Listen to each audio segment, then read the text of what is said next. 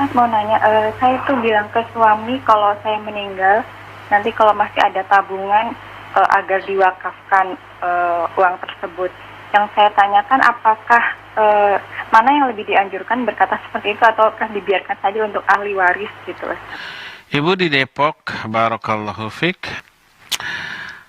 Suami sering berkata kalau saya mati tabungan tolong diwakafkan gitu ya. Mana yang lebih utama? Berwasiat itu namanya wasiat. Kalau saya mati, tolong tabungan saya yang hanya 20 miliar, tolong wakafkan. Hanya. Itu wasiat.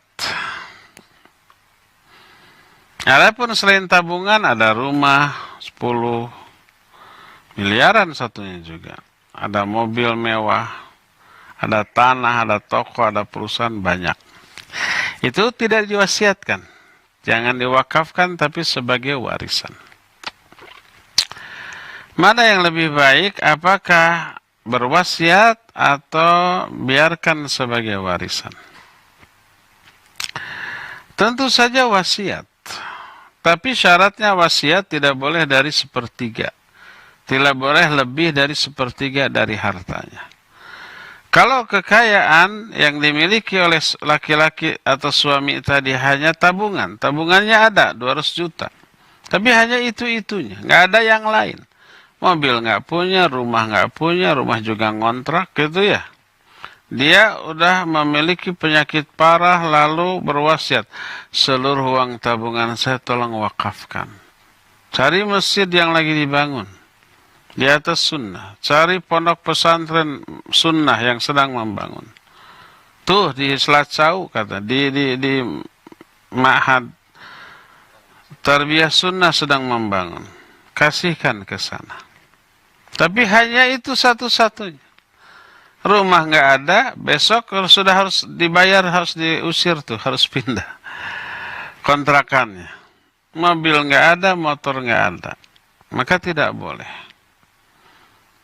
Karena meninggalkan ahli waris dalam keadaan fakir, miskin, tidak punya apa-apa. Maka tidak boleh. Maksimal sepertiga dari hartanya diwariskan. Adapun kalau selain tabungan masih banyak, tabungannya hanya umpamanya 20 miliar. Tapi dia punya banyak rumah. Sebagai warisan, dia juga punya banyak tanah, ada perusahaan, ada kontrakan, ada umpamanya mobil atau motor yang mewah, motornya juga moge, mobilnya juga ratusan juta bahkan mm-an. Tabungannya yang 20 miliar tidak mencapai sepertiga dari total hartanya. Maka lebih baik dia wasiat untuk jariah dia di akhirat nanti.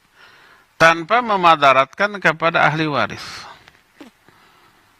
Jadi kalau harta kekayaannya banyak, seluruh tabungannya tidak mencapai sepertiga, maka ya lebih baik.